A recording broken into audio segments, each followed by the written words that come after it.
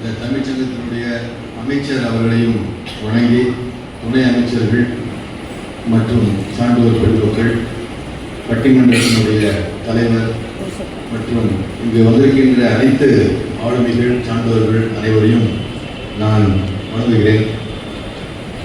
இந்த வாழ்த்தை வழங்குவதற்கு இப்போதான் எனக்கு தெரியுது என்ன தகுதி. இந்த எதிர் வீட்டுக்காரர் என்பது மட்டும்தான் தகுதி. அதனால அப்புறம் சொன்னார், அவர் பேசும்பொழுது அவர் வந்து பேச மாட்டார்னு சொன்னார். எனக்கு டவுட் வந்துருச்சு, எனக்கு சந்தேகம் வந்தது. நான் பேசணுமா அப்படின்னு. பேசுங்கன்னாரு. ஒரு 5 நிமிஷம் வந்து பேசுங்க, 10 நிமிஷம் பேசுங்க. அதனால சுருக்கமாக என்னுடைய உரையை நான் முடித்துக்கொள்ள விரும்புகின்றேன். முக்கியமான மனிதர்களிடையே இருக்கின்ற பண்புகளில் மிக முக்கியமான பண்பு நன்றி உணர்வோடு இருத்தல் என்பது மிக முக்கியமான ஒரு பண்பு. அதை ஒட்டிதான் நம்முடைய தமிழ் சமூகம் பொங்கல் திருவிழாவை கொண்டாடுகிறது. அந்த இயற்கைக்கும் அந்த உழவுகளுக்கு செய்கின்ற அந்த எல்லா விலங்கிற்கும் நாம் வந்து நன்றி செலுத்துவதற்காக அந்த பொங்கல் விழாவை நாம் கொண்டாடி கொண்டிருக்கின்றோம். இன்னும் சொல்லப்போனால் காலையில் எழுந்தவுடன் நாம் முகம் கழுவதற்காக அந்த குழாயை திறக்கும் போது வருகின்ற தண்ணி இருந்த அந்த நீருக்கு கூட நம்ம நன்றி செலுத்த வேண்டும். அதிலிருந்து நாம் ஒரு பையில இருக்கின்ற நாம் தேநீர் அளவுக்காக செல்கின்ற அந்த பையில இருக்கிற பாலை எடுக்கும் போது அந்த பால் போட்ட அந்த யாருக்கோ அவருக்கு நன்றி செலுத்த வேண்டும். அந்த செய்தித்தாள்கள் இருந்தால் செய்தித்தாளை போட்ட அந்த அவருக்கும் நாம் நன்றி செலுத்த வேண்டும். இவ்வாறு ஒவ்வொருவருக்கும் நன்றி செலுத்த வேண்டும் அப்படி என்று சொல்லி ஒவ்வொரு சிறிய செயலாக இருந்தாலும் சொல்ற அது நன்றி செலுத்த வேண்டும் என்று சொல்கிறார்கள்.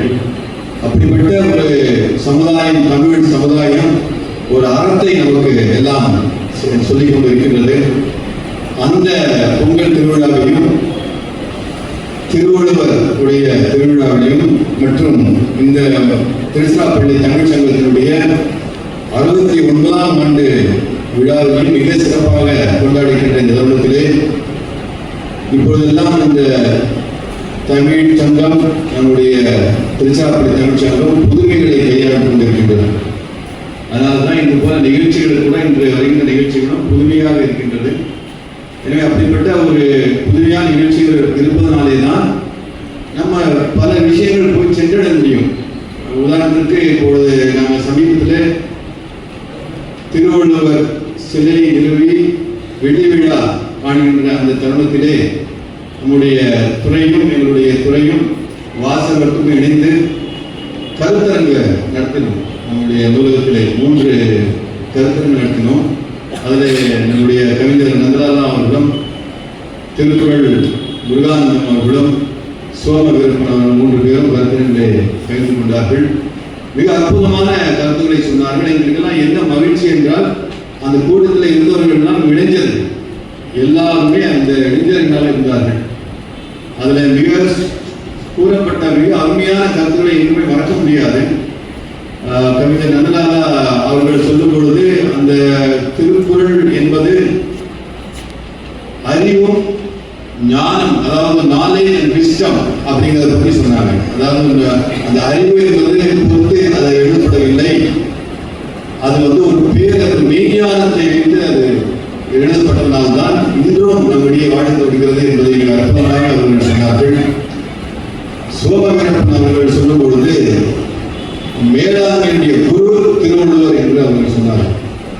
ஒரு கருத்தையும் திருக்குறள் முருகானந்தம் சொல்லும்போது உடைமை சொத்து என்று சொல்லும் பொழுது திருவள்ளுவர் எதை சொத்து என்று சொல்கிறார்கள், உடைமை என்று சொல்கிறார்கள் என்று சொல்லி மிக அழகாக அதெல்லாம் எடுத்துரைத்தார்கள். எனவே அத்தகைய பல நல்ல கருத்துக்களை என்னுடைய தாழ்மையான வேண்டுகோள், நாம் எல்லோரும் சேர்ந்து நாம் எல்லாம் இளைஞர்களுக்கு அதை எடுத்து செல்வதற்கான தமிழ்ச்சங்கம் அதை நடவடிக்கை எடுக்க வேண்டும் என்பதுதான் மிக அற்புதமாக வடிவமைக்கின்ற இந்த நிகழ்ச்சிகள் எல்லாம் எதிர்காலத்திலே மிக சிறப்பாக அந்த இளைய தலைமுறைக்கு நாம் எடுத்து செல்ல வேண்டும் என்பது என்னுடைய தாழ்மையான ஒரு வேண்டுகோள். அது மட்டுமல்ல, சமீபத்தில் படித்த ஒரு புத்தகம் நம்ம பாலகிருஷ்ணன் ஐஏஎஸ் அவர்கள் ஓய்வு பெற்றார்கள் சங்க சுரங்கம் என்ற புத்தகத்தில் மிக அருமையான அந்த சங்ககால இலக்கியத்தை பற்றி சொல்லும் பொழுது இந்த உலகம் எவ்வாறு இயங்குகிறது, யாரால் இயங்குகிறது என்பது கேள்விக்குறியோடு அவர்கள் சொல்கிறார்கள், இந்த உலகம் மன்னர்களால் இயக்கப்படுகிறதா, இல்லை இப்பொழுது ஆட்சியாளர்களால் இயக்கப்படுகிறதா, அல்லது பெரிய அறிவு ஜீவிகள் சொல்லப்படுகின்ற அவர்களால் இயக்கப்படுகிறதா என்று சொல்லும் பொழுது இல்லை, நல்லவர்களால் மட்டுமே இயக்கப்படுகிறது, அதுதான் இயக்கம் இருக்கிறது என்று சொல்லி சங்க தமிழிலே சொல்லிக்கின்றார். புறநானூரிலே சொல்கின்ற ஒரு சொல்லி அதில் பல குணங்கள், நல்லவர்களுக்கு என்ன குணங்கள் இருக்க வேண்டும் என்று சொல்லும் பொழுது அதில் முக்கியமான குணம் அவர் சொல்லுகிற முதல் குணம் அந்த சங்கரிகத்தை சொல்லிவிடும், இந்திரனால் கொடுக்கப்படுகின்ற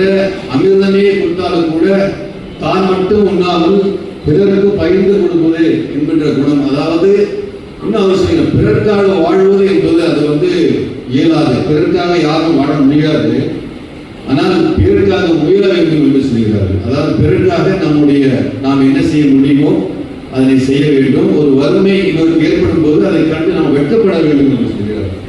அப்படிப்பட்ட ஒரு தமிழ் அறத்தை சொல்கின்ற நம்முடைய தமிழையும் நம்முடைய திருக்குறளையும் நம்முடைய இளைய தலைவர்களுக்கு நாம் எடுத்து வேண்டும். ஏன் என்ற குணங்கள் நமக்கு தேவைப்பட்ட நல்லவர்களால் இயக்கப்படுகிற இதை பற்றி நான் ஏன் சொல்கிறேன் என்று சொன்னால், இந்த அரங்கத்திலே வந்திருக்கிறார்கள், மேடையில் இருந்திருக்கிறவர்கள், மேடைக்கு முன்பாக இருக்கின்ற அனைவருமே நான் ஒவ்வொருத்தரையும் அறிந்திருக்கின்றேன்.